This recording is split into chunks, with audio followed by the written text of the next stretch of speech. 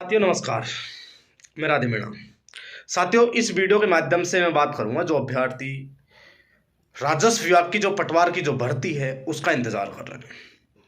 लगातार अभ्यर्थियों के कॉल आ रहे हैं, मैसेज आ रहे हैं। मैंने आपको कुछ दिन पहले ही बोला था कि मैं आपको एक वीडियो बनाना जा रहा हूं, और उस समय मैं वीडियो डाल नहीं पाया। 4 से 5 बजे के लिए मैंने बोला था, परंतु साथियों मैं आपको बताना चाहता हूँ कि उस समय मैं वीडियो क्यों नहीं बना पाया, क्योंकि राजस्व विभाग के अंडर जो पटवार की जो भर्ती होने जा रही है उसमें जो नियम है, जो कार्य विभाग के नियम है, और राजस्व विभाग का जो प्रिंसिपल सेक्रेटरी होता है जो सचिवालय में बैठते हैं, इन तमाम अधिकारियों की जो मद्देनजर क्या रखना चाहते हैं वो इस भर्ती पर, किस तरह से इस भर्ती को सीटी में बाहर करेंगे या अंदर करेंगे, उसको लेकर विभिन्न तरीके से डिस्कस किया। उसके बाद में जो निष्कर्ष निकला मैंने वो बताया आपको।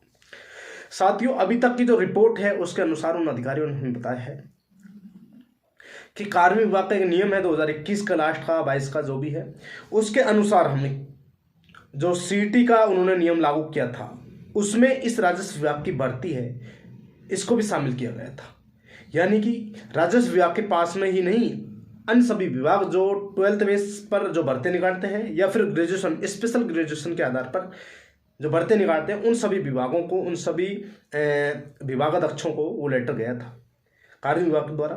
तो कार्य विभाग में भी और उधर सचिवालय में जो विभाग है राजस्व विभाग, वहाँ पर भी, और जो राजस्व विभाग मेन जो अजमेर में है वहाँ पर, और राजस्थान कर्मचारी चयन बोर्ड, 4 जगह आपकी बात करने के बाद में हमें निष्कर्ष निकला है।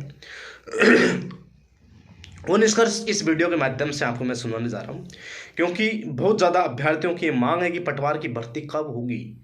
सबसे बड़ा ये है। फिर दूसरा क्वेश्चन आता है, क्या ये पटवार सीटी में शामिल है या नहीं होगी, या फिर इस भर्ती का आयोजन किस तरह से होगा। इन सभी को लेकर लगातार अभ्यर्थियों के क्वेश्चन है, जवाब है, उनको मैं इस जवाब, मेरा जो ये वीडियो है उसके माध्यम से मैं आपको जवाब दे रहा हूँ। साथियों, सच्चाई ये है कि जो कार्य विभाग का जो नियम आया था सीटी के लिए, वो सिर्फ और सिर्फ 12th बेस की जो भर्तियां हैं आरएससीआईटी, और 12th बेस की भर्तियां, और आरएससीआईटी और ग्रेजुएशन के लेवल पर जो भर्तियां थी, इनके आधार पर जो भर्तियां होती हैं, चाहे वो किसी भी विभाग की हो, और या फिर किसी भी मतलब भर्ती एजेंसी उसको लेती है, अब उसको राजस्थान कर्मचारी चयन बोर्ड आयोजन करवाएगा, ये उसमें लिखा है।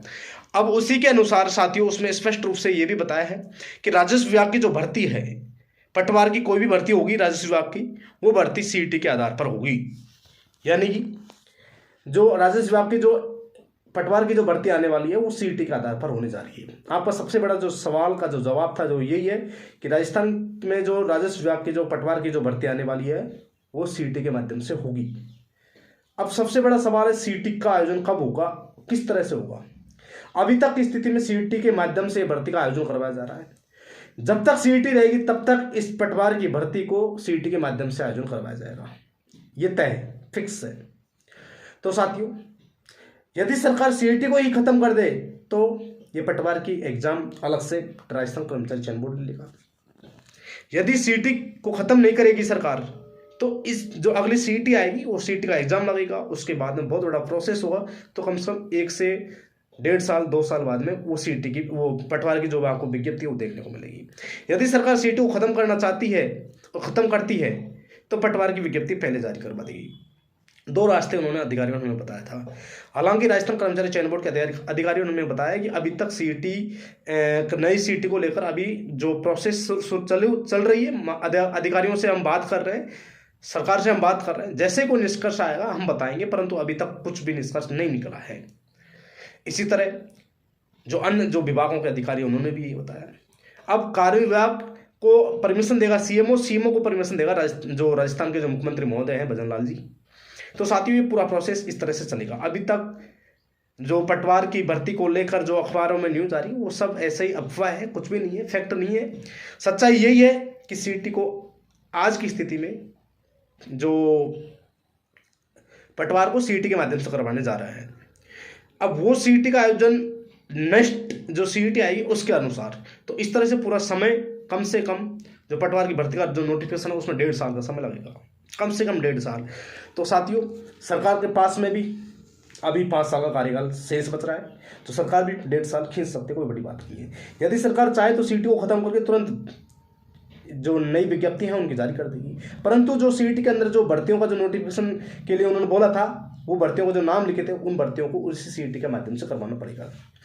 तो साथियों, ये बहुत बड़ी एक विडंबना है कि सीईटी के माध्यम से करवाएंगे तो कम से कम 1.5 साल लगेगा विज्ञापन जारी होने में। यदि सीईटी के माध्यम से नहीं करवाएंगे, सीईटी को खत्म करेंगे, तो साथियों 1.5 साल बाद में आपको नियुक्ति मिल जाएगी। ये 2 तरह की इसमें जो प्रोसेस है वो ये है, क्योंकि सीईटी से बाहर इसको कर नहीं सकते, क्योंकि डायरेक्ट नियम है।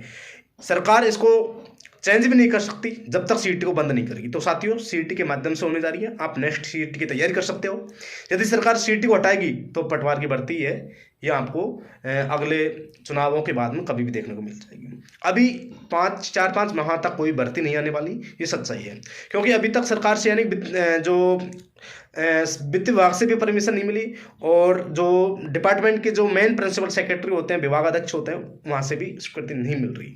उसके बाद में ये प्रोसेस शुरू होगी। तो साथियों, ये 6 मिनट का 7 मिनट का जो वीडियो आपके लिए बहुत इंपॉर्टेंट है। आप सीईटी की तैयारी करें अभी से, क्योंकि सीईटी अगर सरकार लेगी तो सीईटी के माध्यम से होगा, अगर सरकार सीईटी नहीं लेगी तो साथियों लगभग सिलेबस वो कॉमन ही रहेगा। आपको जो पहले भर्तियों में रहा है वही इस पटवार की भर्तियों में, वही अब इस पटवार की भर्तियों में रहने जा रहा है। तो साथियों, पटवार की भर्ती को लेकर ये महत्वपूर्ण जानकारी है, सभी युवा साथियों तक पहुंचा दें। लगातार अभ्यर्थी असमंजस की स्थिति में थे, पूरा इस वीडियो के माध्यम से असमंजस उनका दूर हो जाएगा। यदि आपको फिर भी कोई पटवार भर्ती से रिलेटेड कोई डाउट है तो आप कमेंट कर सकते हैं। उनके कमेंटों को पढ़कर मैं आपका जो निवारण होगा मैं करने की कोशिश करूँगा। बहुत बहुत धन्यवाद, शुक्रिया, थैंक यू।